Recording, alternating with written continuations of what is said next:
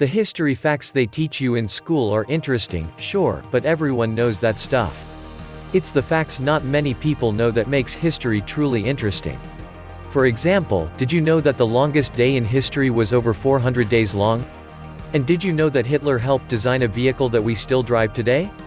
It makes you wonder how many things about the world's history you actually know. Well, here we'd like to educate you on some of the lesser-known history facts that they don't teach you at school. Prepare to be amused and amazed with this huge roundup of the top 20 craziest history facts you could ever know. 1. Augustus Caesar was the wealthiest man to ever live in history. Nephew and heir of Julius Caesar, Roman Emperor Augustus had an estimated net worth of $0.46 trillion when counting for inflation. Some say that Mansa Musa, king of Timbuktu, was the world's wealthiest man as his wealth was apparently too great to count.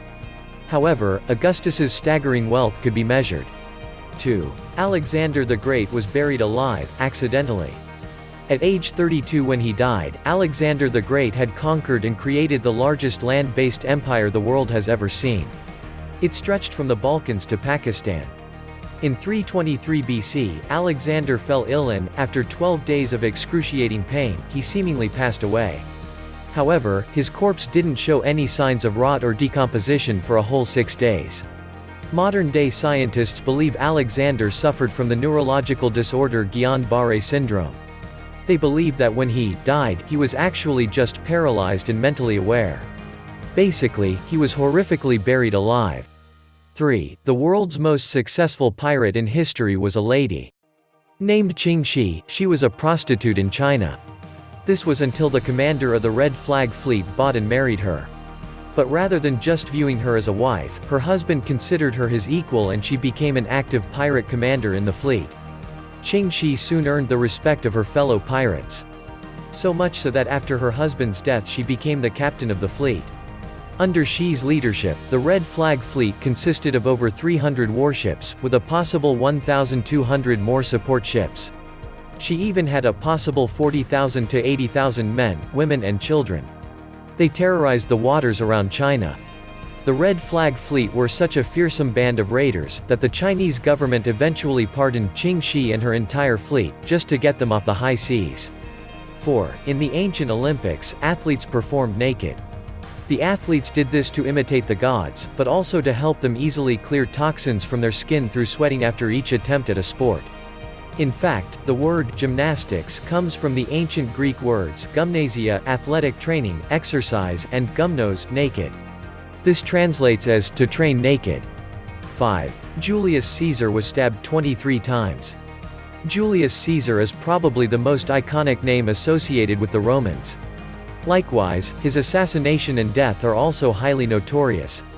Due to his coup d'état of the Roman Republic and his proclamation of himself as dictator for life, along with his radical political views, a group of his fellow Roman senators led by his best friend Brutus assassinated him on March 15, 44 BC. During the assassination, Caesar was stabbed at least 23 times, before finally succumbing to his wounds. He passed away with fabled words to his former best friend Brutus, allegedly being, "You too, sweet child." 6. The Colosseum was originally clad entirely in marble. When you visit or see the Colosseum these days you'll notice how the stone exterior appears to be covered in pockmarks all across its surface. Whilst you might assume this is just degradation of the material due to its age, it is actually because it was originally clad almost entirely in marble. The reason for the pockmarks is, after the fall of Rome, the city was looted and pillaged by the Goths. Yes, that's right, the Goths. They took all of the marble from the Colosseum, and stripped it mostly down to its bare stone setting. The holes in the stone are from where the iron clamps and poles attaching the marble cladding to it have been ripped out. 7. It was named the Colosseum because it was next to a statue called the Colossus. It was originally known as the Amphitheatrum Flavium, or Flavian Amphitheater, as it was constructed during the Flavian dynasty. Residents of Rome nicknamed it the Colosseo. This was due to the fact that it was built next to a 164-foot statue of Emperor Nero known as the Colossus of Nero. 8. Rasputin survived being poisoned and being shot. Grigory Rasputin was a Russian mystic and supposed holy man. He became friends with the last Russian Tsar and Tsarina. Over time, he came to influence the Russian royals much to the displeasure of many members of the Russian nobility. This, combined with his drunkenness and lechery, led to several Russian nobles forming a plot to assassinate the man. They invited him over to one of their houses, gave him cakes and wine laced with cyanide, all to no effect, and then shot him in the chest. To their horror, Rasputin started to cough and they realized he was still alive. How did they fix the problem? The nobles shot Rasputin 2 more times, once in the head. Finally they threw his body into the frozen Malaya Nevka River. 9. There were female gladiators. A female gladiator was called a gladiatrix, or gladiatrices plural. They were rarer than their male counterparts. Gladiatrices served the same purpose of executing criminals, fighting each other and fighting animals in Rome's various fighting pits. 10. The Vikings were the first people to discover America. Half a millennium before Christopher Columbus discovered America, Viking chief Leif Erikson of Greenland landed on the island of Newfoundland in the year 1000 BC. The Vikings under Leif Erikson settled Newfoundland as well as discovering and settling Labrador further north in Canada. 11. The Luftwaffe had a master interrogator whose tactic was being as nice as possible. Hans Scharf was a master interrogator who was very much against physical torture and brutality. His techniques were so successful that the US military later incorporated his methods into their own interrogation schools. Scharf's best tactics for squeezing information out of prisoners included nature walks without guards present, baking them homemade food, cracking jokes, drinking beers and afternoon tea with German fighter aces. He even took trips to visit fellow POWs and swimming pool parties. And on some rare occasions even test flights of German fighter aircraft. 12. In ancient Asia, death by elephant was a popular form of execution. As elephants are very intelligent and easy to train, it proved easy enough to train them as executioners and torturers. They could be taught to slowly break bones, crush skulls, twist off limbs, or even execute people using large blades fitted to their tusks. In some parts of Asia this method of execution was still popular up to the late 19th century. 13. The UK government collected postcards as intelligence for the D-Day landings. Starting in 1942, the BBC issued a public appeal for postcards and photographs of mainland Europe's coast, from Norway to the Pyrenees. This was an intelligence-gathering exercise. Initiated by Lieutenant General Frederick Morgan, he was searching for the hardest beaches to defend. The postcards were sent to the War Office and helped form part of the decision to choose Normandy as the location for the eventual D-Day landings.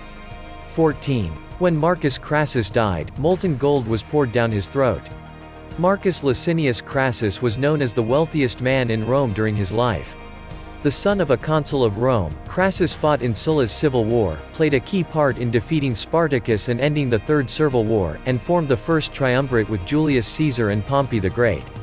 A shrewd man, throughout all he did Crassus accumulated more and more wealth, and it was his thirst for wealth that would eventually lead to his downfall. Leading his troops in an ill-fated conquest of Parthia, modern-day Iran, Crassus and his forces were brutalized and bested by the Parthians time and time again. After an unsuccessful parley for peace with the Parthian leaders, Crassus was killed. The Parthians poured molten gold down his throat, as a symbol of his thirst for wealth. Some even say that his gilded head and hands were sent to the Parthian king to keep as trophies of his victory against Crassus in Rome. 15. Germany uncovered 2,000 tons of unexploded bombs every year. Over the course of World War II, the Allied armies dropped roughly 2.7 million tons of bombs over Nazi-occupied Europe. Half of that which landed on Germany. Before any construction work can begin in Germany, the ground must undergo extensive surveys to look for unexploded ordnance. Sometimes bombs are discovered naturally. One example was from 2011. 45,000 people were evacuated from their homes when a drought revealed a 4,000-pound blockbuster bomb lying on the bed of the River Rhine in the middle of Koblenz. 16. In ancient Greece, wearing skirts was manly. In fact, the ancient Greeks viewed trousers as effeminate and would mock any men who wore them. 17. A singing birthday card has more computer power in it than the entire Allied army of World War II. I bet Hitler, Churchill, Stalin and Roosevelt would have killed to get their hands on one of those cards. The computer chip within them was so powerful by comparison that it would be inconceivable to the leaders of that time how we simply throw them away. 18. In 1386, a pig was executed in France. There wasn't a great detail of civil rights in the Middle Ages, and as it turns out there weren't a great of animal rights either. So much so that they were even subject to human justice. One such case happened in Falaise, France, where a pig attacked a child's face who went on to later die from their wounds. The pig was arrested, kept in prison, and then sent to court where it stood trial for murder, was found guilty, and then executed by hanging. 19. Cleopatra's reign was closer to the moon landings than the Great Pyramid being built. This is one of those facts that gives you some impression of just how expansive the life of the Egyptian Empire truly was. Cleopatra reigned from 51 BC to 30 BC, roughly 2,500 years after the Great Pyramid of Giza was built, between roughly 2580 BC to 2560 BC, and roughly 2,000 years before the first lunar landings in 1969. 20. Shrapnel is named after its inventor. British Army officer Henry Shrapnel was the first person to invent an anti-personnel shell that could transport a large number of bullets to its target before releasing them. This was all at a far greater distance than current rifle fire at the time.